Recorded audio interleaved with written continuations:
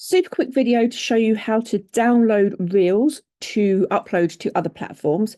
Say you've created a couple of reels that you want to upload, or for example, if I go onto home, this reel of Lisa would pop up and I want to repurpose one of Lisa's reels onto my platform. Just click on you need to be on the profile of the person that you want to use.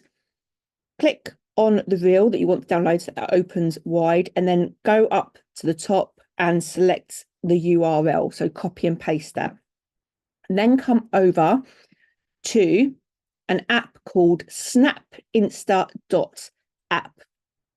Copy and paste the URL into where it says paste and click on download. This will download the video for you. It will download it for you with the audio, but without the Instagram logo on it. So if you go into Instagram and download it straight from Instagram, it will come up with the Instagram logo.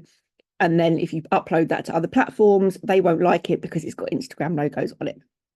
So click on close, and then you'll see it'll just say here, download video. Just click on download video, and then that will then save to your laptop, ready for you to repurpose wherever you want to use it.